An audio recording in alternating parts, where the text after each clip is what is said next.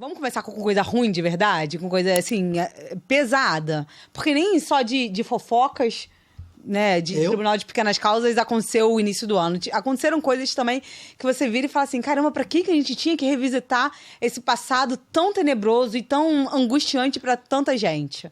Né? E aí a gente começa, Foca, você pode botar aí a nossa primeira imagem só pra ver se é isso mesmo que tá aqui na minha linha do tempo do meu roteiro, com o passaporte da Elisa Samúdio sendo encontrado em Portugal, dentro, acho que era não sei se era uma casa de Airbnb ou se era alguém que... Enfim, mas era dentro de uma casa, dentro de um livro. O passaporte dela foi encontrado... Dentro de um livro? Dentro de um livro. O que deixa tudo mais ainda enigmático, né? Não foi tipo, tava ali. Não, tava dentro de um livro como se tivesse escondido em cima de uma estante.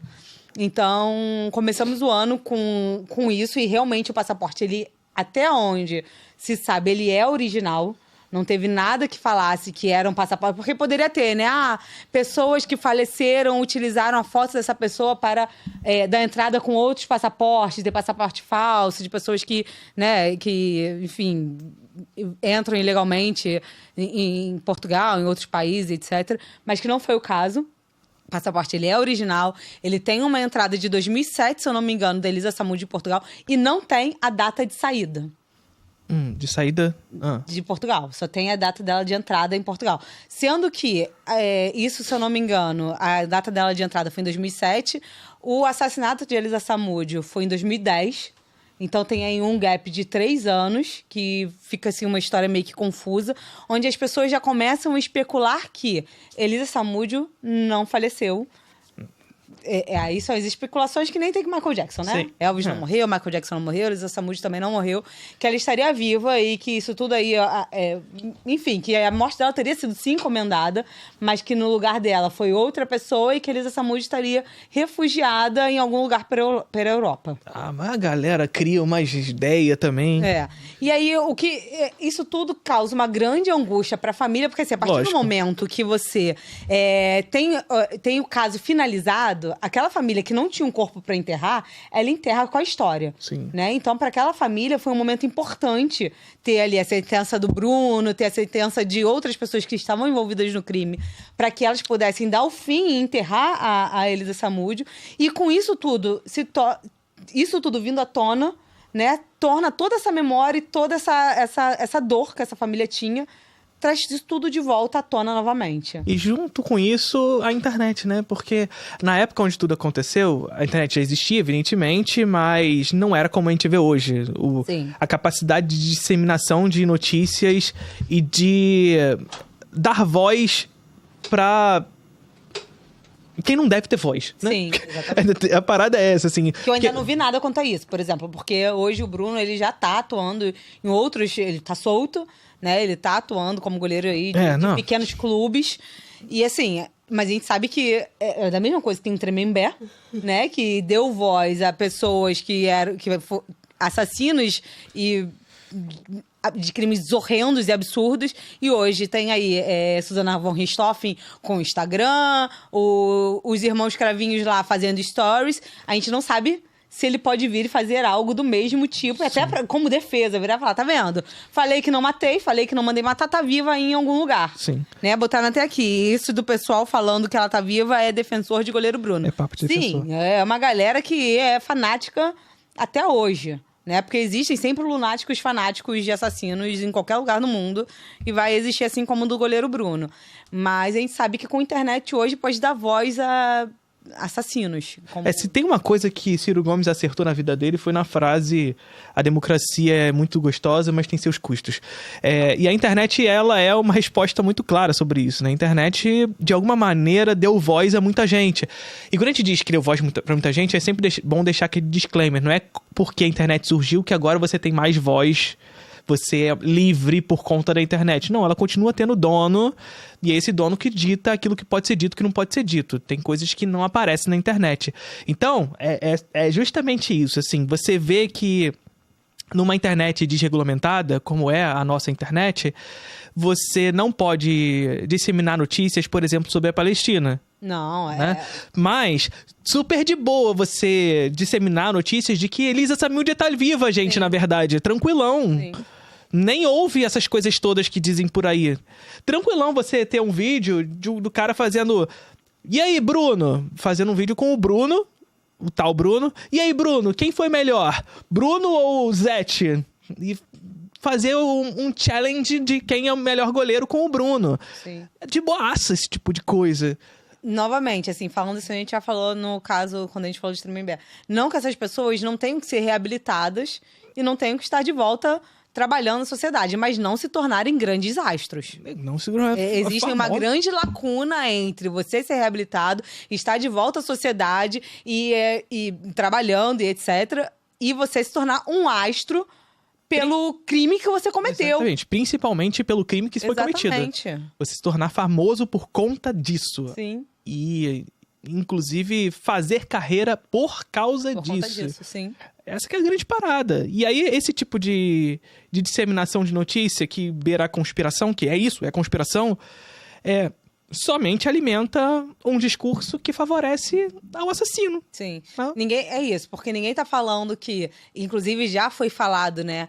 Alguns especialistas já viram o passaporte realmente é verdadeiro. Não sabe-se como esse passaporte chegou lá, só tá com data de entrada, não tem a data dela de saída. Também não se sabe se isso daí foi implantado justamente para trazer de volta. E aí, já que eles têm a teoria da conspiração do lado de lá, eu trago uma teoria da conspiração do lado de cá também. Entendeu? Não se sabe se esse passaporte foi implantado para se trazer isso de novo e aí tentar limpar a barra desses criminosos, porque isso tudo pode acontecer, mas não quer dizer que ela está viva. E isso é trazer à tona de novo uma dor. Ela perdeu esse passaporte e teve que tirar outro. Tirou outro, pode ter sido também, entendeu? Eu fui roubado uma vez fora do país e tive que voltar com um passaporte...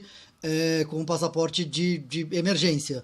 E o meu passaporte, teoricamente, tá hoje por aí. Eu tenho um passaporte 2000, sei lá, mesma idade, 2006 aí, que tá aí. Se levantarem isso, não quer dizer que eu tô vivo. Eu tô, mas não tem nenhuma correlação. Eu tô vivo, não, ainda bem, tô vivo. Mas não tem nenhuma correlação com a minha vida. Esse passaporte, ele existe. Eu acho que falta a sua carteira de trabalho, né? Tipo minha carteira de trabalho, que com certeza, se eu morrer, gente, alguém acha em algum lugar aí, que nunca serviu pra nada. Essa porra, sou publicitária, né? Não é isso, pra né? que publicitário? É porque sua carteira de trabalho tá presa em algum lugar que você não pegou. Eu não peguei porque ela nunca me fez falta. Minha carteira de trabalho. Sempre fui PJ. Nunca precisei dela pra nada. Eu usei minha carteira de trabalho 2 vezes na vida pra poder trabalhar de extra-natal em shopping. A minha tá na Rede porque eu Record sou de publicitária, televisão, gente. Sempre eu PJ. nunca mais voltei pra... E aí a carteira de trabalho dela tá com essa empresa que não existe mais. Já faliu. A empresa faliu. Onde é que tá a carteira de trabalho da Bruna? Já era. E é isso. Eu acho que falta um pouquinho de bom senso nas pessoas de virar e falar, caramba, eu tenho que apertar esse botãozinho de compartilhar? Deixa eu usar aqui meu senso crítico. Uhum. Será que eu preciso mesmo disseminar essa merda dessa informação que tá aqui? Deixa eu minimamente pesquisar a veracidade do que estão falando. Porque, assim, é verídico o passaporte. Não, Bruna, mas é verídico. Várias pessoas já viram e falaram que é verídico. Beleza. Mas aí você tá compartilhando de que Elisa Samúdio tá viva. Sabe? É a dor dessa família. O filho dela, né, o Bruno, já é um adolescente, um homem, se eu não me engano, sim, que já seguiu a vida dele. Trazer isso tudo à tona de novo é foda, sabe? Porra, bota a mão na consciência. O filho do Bruno, inclusive, ele é de categoria de base de algum time, tá? Tá pra virar jogador de algum time aí, inclusive. Mas gente, assim, empatia é um espectro. Tem sim, gente que não tem, que tá no lado mais baixo da empatia, que eles nem sequer concebem imaginar a dor da família, e por isso que a gente tem essa diferença política, porque é um espectro, e tem gente, tem seres humanos muito diferentes rodando por aí. É assim, uma coisa importante, assim, muito jornalista, se você for conversar com jornalistas sobre isso, muitos deles vão dizer que a gente vive num período de crise do jornalismo, portanto, crise da notícia. Uhum. Eu discordo profundamente disso. Acredito que a gente vive no auge da notícia. A gente vive no momento do auge da notícia. A grande parada é que a gente vive no período da crise da narrativa. Ou seja, é a crise de quem conta. Sim. Sabe?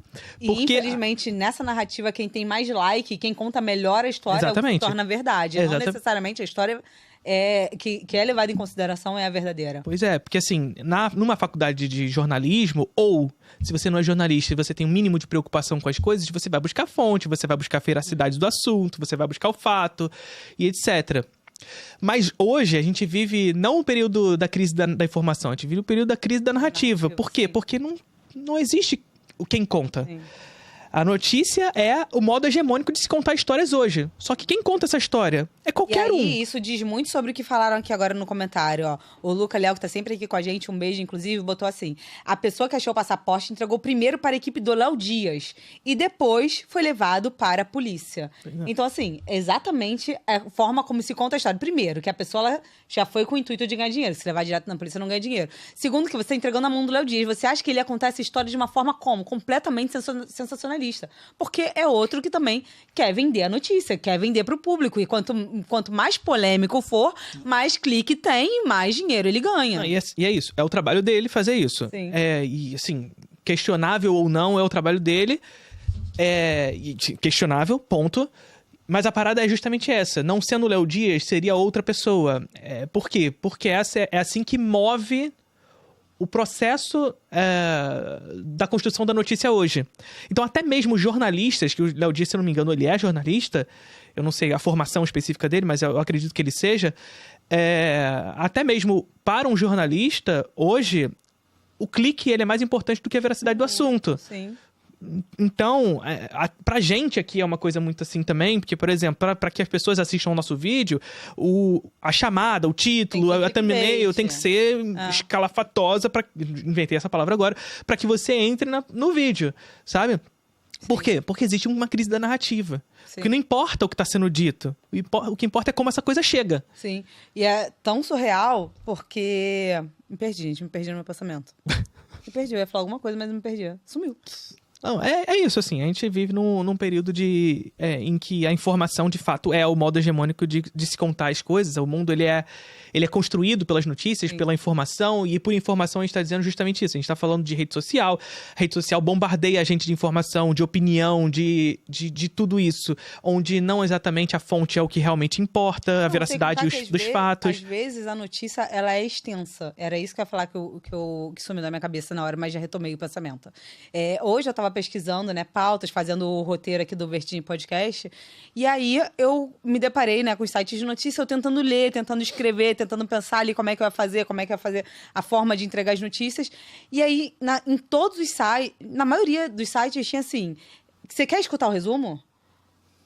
Porque a pessoa ela não tem nem tempo mais para ler aquela matéria na íntegra, para ver a veracidade daquilo, para pesquisar em outros sites, ver outros tons de voz falando sobre aquilo, outras pessoas, outros jornalistas. Porque o jornalista ele tem que ser imparcial, mas a gente sabe que não é imparcial. Não existe imparcialidade. Não existe imparcialidade. Não dá. É porque se fala que jornalista ele tem que ser imparcial. Mas não existe. A gente sabe que não existe. E dependendo da onde ele tá atuando, para qual veículo ele tá se comunicando, você já sabe qual é o tom de voz daquele jornalista. Então é importante você pesquisar em diversos veículos para você poder ter uma mensagem um pouco menos segmentada ideologicamente, para você poder montar o seu pensamento crítico, sabe? Mas hoje não tem mais isso, porque dentro dos próprios sites tem lá a notícia e tem. Você quer ler, eu não sabia disso, eu não tinha reparado isso ainda. Você quer escutar o resumo dessa notícia? Aí você aperta lá, é uma pessoa falando, porque você não se dá nem o trabalho de ler o resumo completo da notícia. Sim. Isso é muito surreal. Não, é surreal, mas assim, mais uma vez, é o modo hegemônico de contar a história, a informação e a informação rápida, né? Então, quando a gente fala desse resumo, é muito mais do que um estímulo individual, sobre a pessoa querer saber mais, mas sobre como essa indústria, esse modo de se contar histórias hegemônicos, cria um novo tipo de leitor, um novo tipo de pessoa que busca informação. E aí diz muito sobre como as pessoas se informando por WhatsApp, se informando por rede social, se informando por lugar onde não tem nenhum tipo de investigação sobre aquilo que está sendo dito. É o hiperestímulo. Sim.